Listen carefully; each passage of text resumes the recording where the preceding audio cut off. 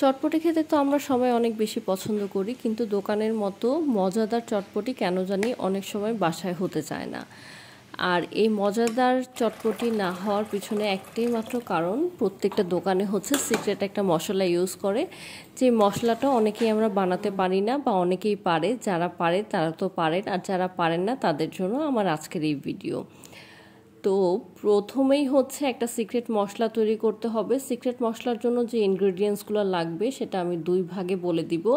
প্রথম ভাগে হচ্ছে এখানে আমি শুকনো মরিচ, লং, গোলমরিচ, মেথি, পাঁচফোড়ন এবং জিরা নিয়ে নিয়েছি, কিছু মৌরি নিয়ে নিয়েছি। তো এই মশলাগুলোকে আমি স্টেপ বাই স্টেপ ভেজে নিব। সবগুলো মশলা একসাথে দিব না, কারণ হচ্ছে সবগুলো মশলার সাইজ একরকম না। সবগুলো একসাথে দিলে কোনোটা দেখা যাবে ভাজা হয়েছে, আবার কোনোটা দেখা যাবে যে ভালোভাবে ভাজা হয়নি, আবার দেখা যেতে পারে যে কোনোটা পুড়েই গিয়েছে। এর জন্য আমি আলাদা আলাদাভাবে প্রথমেই শুকনো মরিচগুলো ভেজে নিয়েছি, তারপর হচ্ছে লং, গোলমরিচ এবং জিরা, মৌরি যেগুলো নিয়েছিলাম এই মশলাগুলো আমি ভাজতে শুরু করেছি।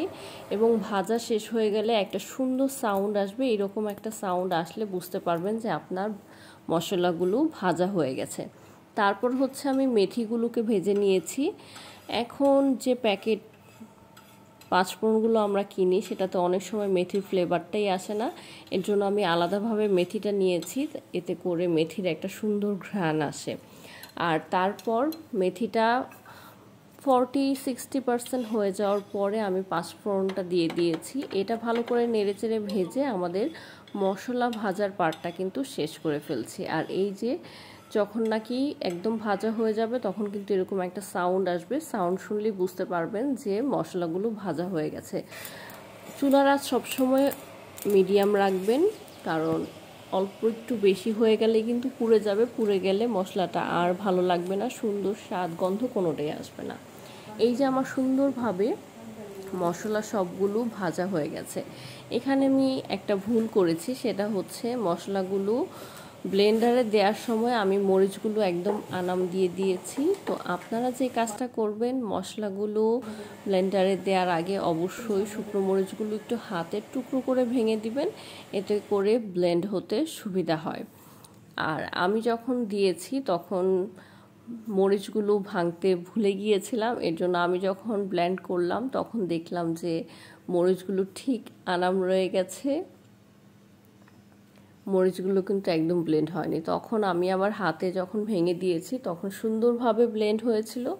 আর এই যে দোকানের মতো পারফেক্ট চটপটি বা ফুচকা বানানোর জন্য একদম পারফেক্ট যে রেসিপি, সিক্রেট যে রেসিপি, সেই রেসিপিটা কিন্তু আমি তৈরি করে ফেলেছি। আর ব্লেন্ড করার সময় আরও একটা ব্যাপার খেয়াল রাখবেন, প্রথমবারেই কিন্তু হয় না, একবার একটু মুখের ঢাকনাটা খুলে নেবেন, ব্লেন্ডারের ঢাকনাটা খুলে একটু ভালো করে নেড়ে চেড়ে আরও একবার ব্লেন্ড করবেন, তাহলে দেখবেন এই মশলাগুলো খুব সুন্দরভাবে ব্লেন্ড হয়ে গেছে। তো এই যে আমার সিক্রেট মশলার একটা ধাপ কিন্তু তৈরি হয়ে গেছে।